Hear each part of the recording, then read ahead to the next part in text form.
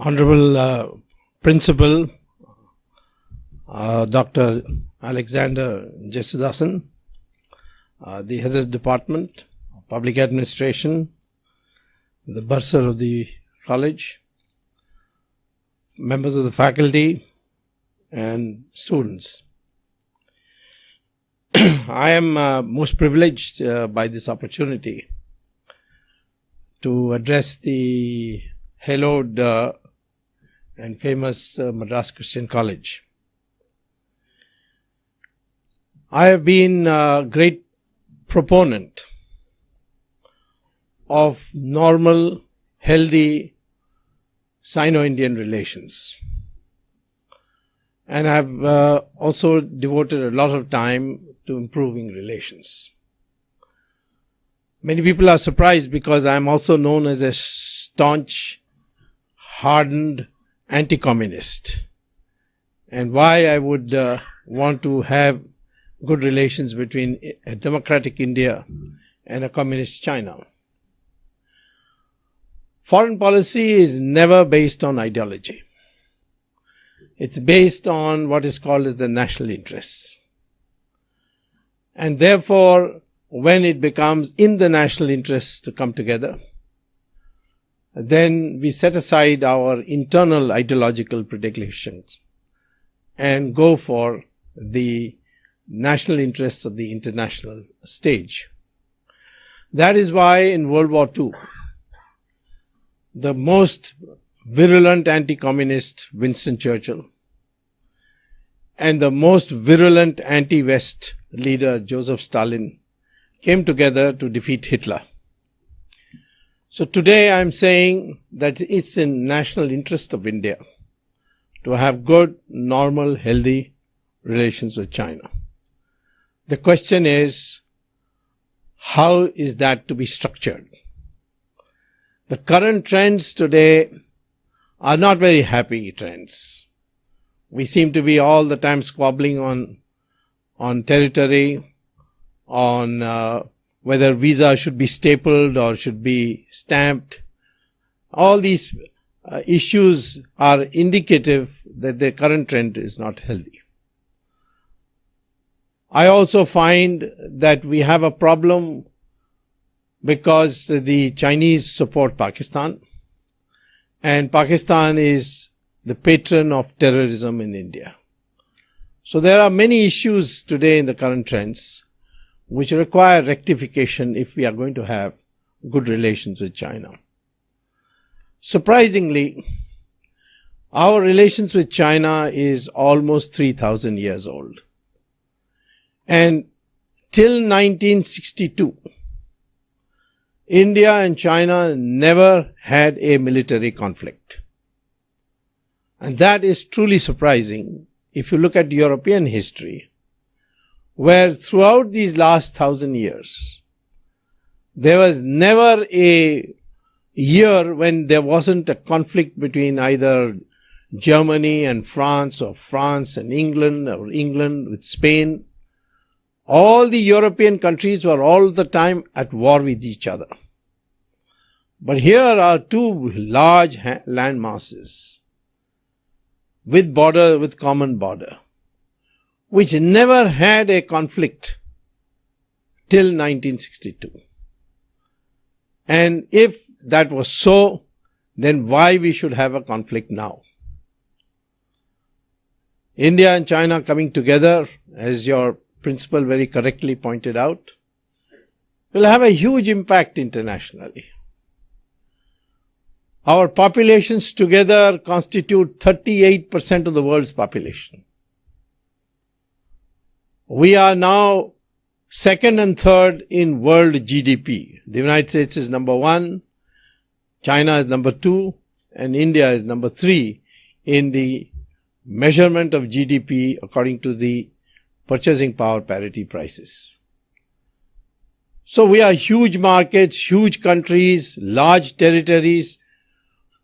The three most populous countries of the world are United States, China and India. Of course, in the order of China, India and the United States. Three largest territories, three largest economies. And we happen to be neighbors with each other. And therefore, there is a compulsion that we should have good relations. The question is, how? First of all, you must understand China. Very few people in India understand China.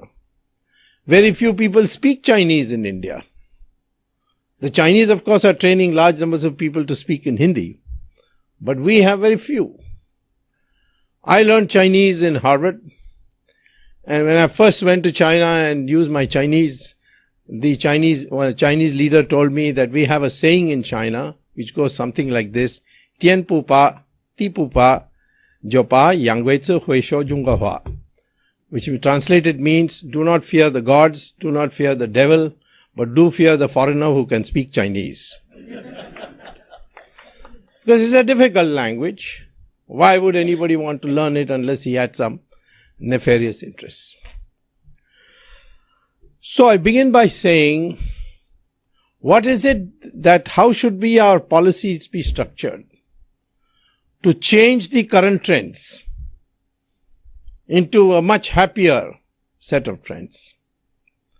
For that, we have to understand how a nation's policy towards another country is to be structured. There are two elements in such a policy. One is called intention, and the other is called capacity. And both are these you have to understand. You want to have good relations with China, you must know what Chinese intentions are. And you must also know what Chinese capacity is. The same way, China will have to know what our intentions are and what is our capacity. If you have good intentions but very poor capacity, and by capacity, what do I mean? Defense capacity. Capacity to defend yourself. If your capacity to defend yourself is weak, then intentions don't matter in international relations. That is the mistake Jawaharlal Nehru made. He said, Hindi Chini bhai bhai. It was their intention to befriend China. But he didn't develop the military. In fact, the joke going around is that defense factories are producing tennis balls and, coffee percolators. This kind of joke used to go around about our defense establishment. Whereas China was preparing, and it prepared its defense potential to the point where, when it suited them, they launched on an attack. Now, what triggered it is another matter. But they did launch on an attack, crossed the international boundaries, and came into a good part of India before withdrawing. And the entire China policy of Jawaharlal Nehru was in tatters.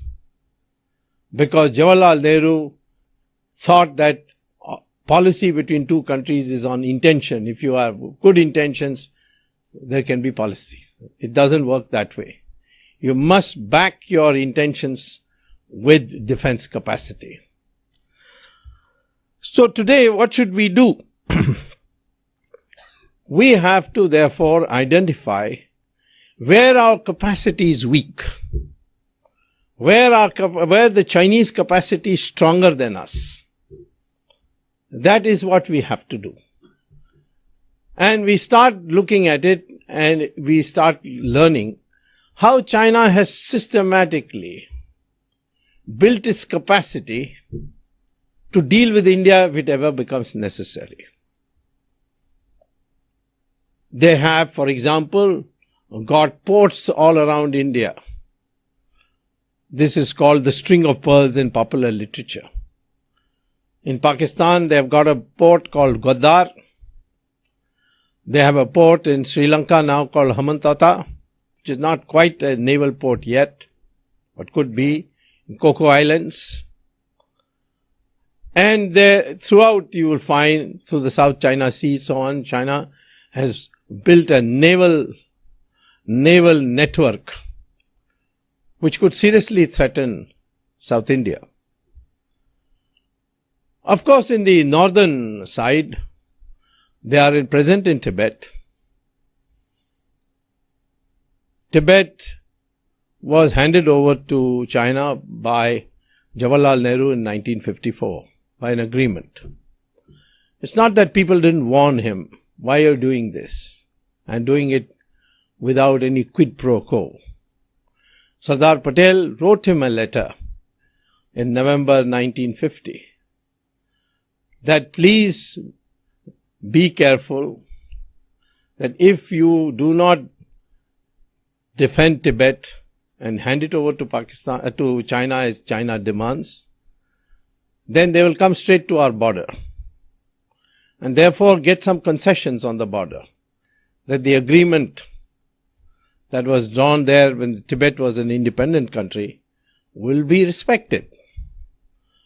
But Jawaharlal Nehru thought that foreign policy was the wisest man in the world, and therefore he did not pay attention to Sardar Patel's warning. And so he went ahead and he signed an agreement with China, handing over the whole of Tibet to China. Well, many people criticized criticized India for doing so. In fact, after the 1959 rebellion that took place and that led to the migration of Dalai Lama to India, many people thought that the policy of Jawaharlal Nehru had completely failed. But to the surprise of all, in 2003, Atal Bihari Vajpayee went to China and he signed the same agreement again because he felt that in the national interests of India, we cannot have an independent Tibet.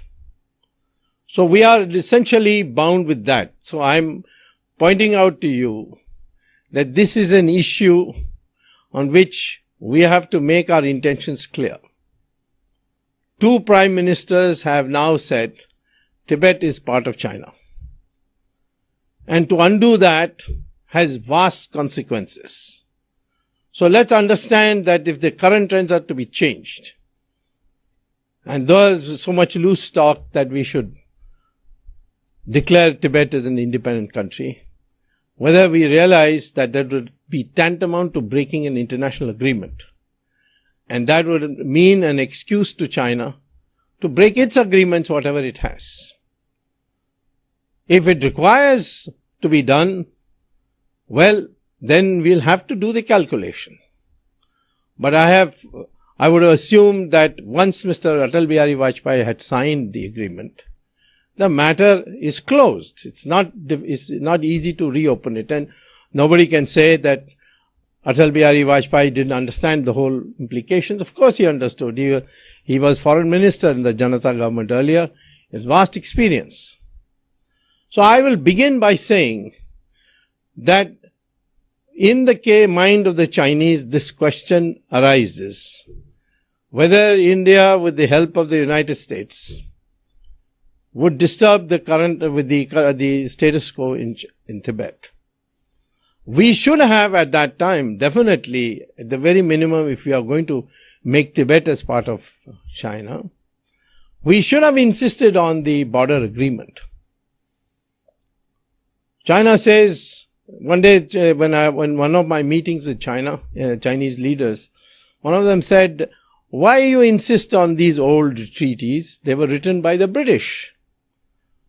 The border between, say, Arunachal and Tibet is called the McMahon Line.